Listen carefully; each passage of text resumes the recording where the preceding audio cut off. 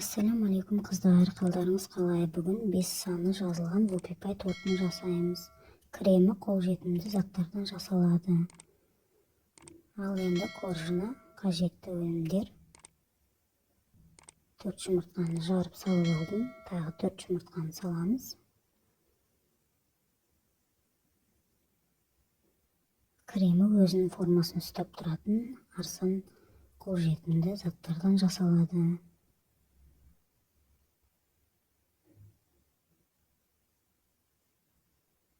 Жұмыртқаларымызды осылай бәрін жарып аламыз.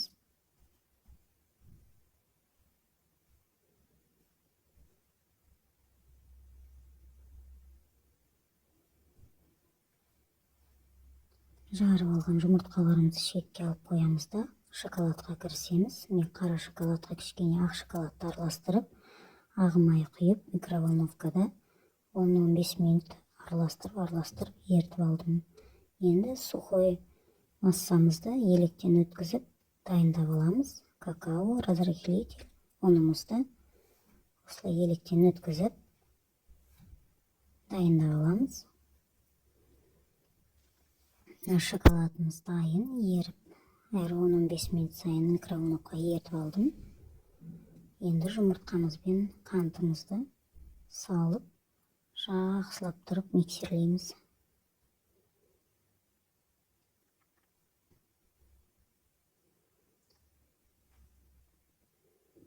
Ақ көбік боп көтерілгенше жақсылап миксерлейміз. Егер де миксерлеріңіздің мощности аз болса, ақ жұмыртқаның ағымен қантты жақсылап араластырып аласыздар. Сонда жақсы көтеріледі. Менде миксердің мощности мықты болғасын, сарысын бәрін араластырдым. Міне осындай бір тостақ боп көтерілді. Аппақ боп прям.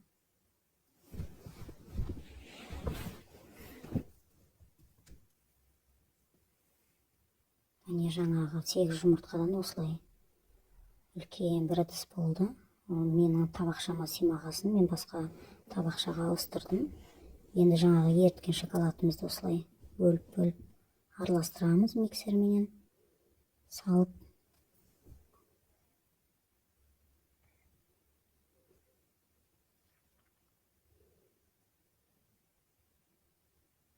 Енді ұнымызды осылай бөліп, 2-3 бөлікке бөліп, миксерсіз осындай қолмен, венчикпен араластырамыз.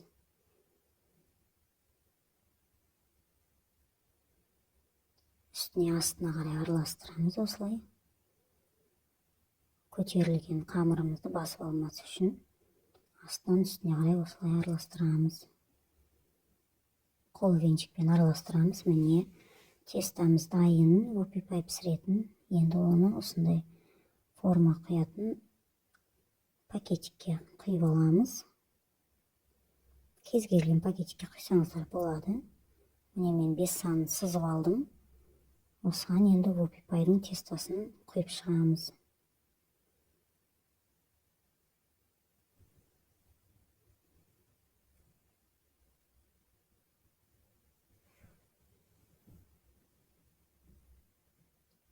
Шетіне шығармаңыздар, өйткені піскенен кезде теста ісінеді, 5 санымыз үлкейіп кетеді екен. Сызылған сызықтың ішін толтырасыздар, сонда 5 саны әдемі шығады.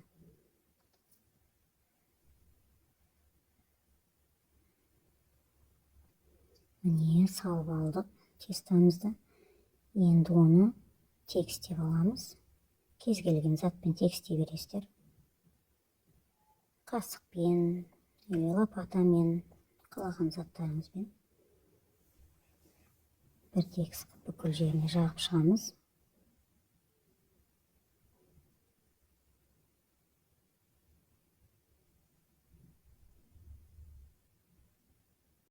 Тегістеп жағып алғасын 180 градуста 8-9 минутта пісіріп аламыз печкада. Міне тестамыз, вопипайымыз дайын, пісті. Енді жан жақтарын осылай тегістеп шығамыз, кесіп.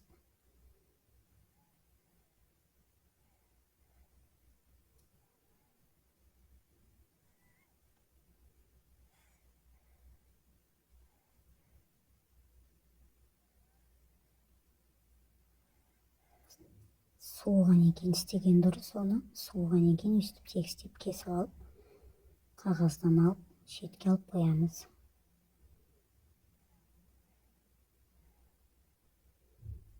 Міне 5 санымыз дайын. Опипаймыз. Менде 5 корж шықты 5 санынан. Осы массадан 5 корж шықты. Енді креміне кірісеміз. Салқын 100 мг сүтке сухой сливки саламыз. Жартысын 50 мг жақсылап миксерлейміз қоюланғанша 2-3 минут.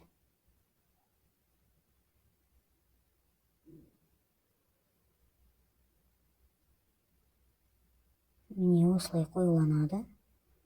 Екінші бізде 2 ыдыс қаймаққа 100 мг қант салып араластырдым. Ванильный сахарды салып жібердім. Дәмін әдемі қылу үшін кремнің.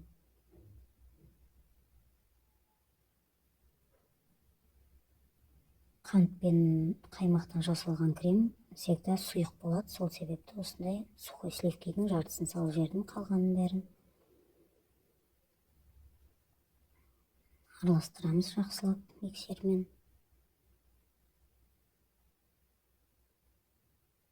Барлығын салып жібердім сухой сливкидің. Креміміз қоюланғанша.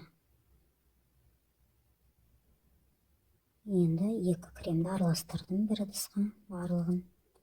Қаймақпен жасалған кремді, сухой сливкимен жасалған кремді екеуін бір ыдысқа салып, араластырып, жақсылап кішкене миксерлеп жібердім сосын екеуін.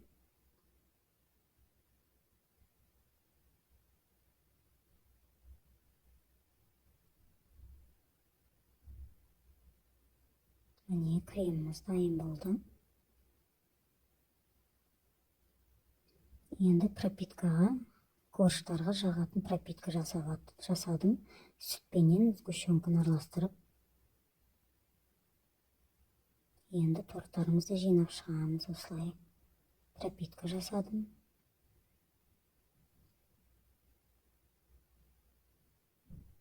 Кремді мешокқа салып, бірінші жан жағына салып шығамыз кремді, ортасын осылай толтырып аламыз.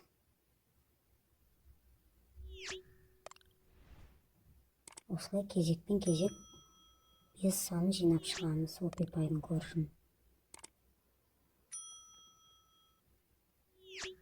Екінші коржға да пропитка жасап, дәл солай жинап шығамыз бәрін.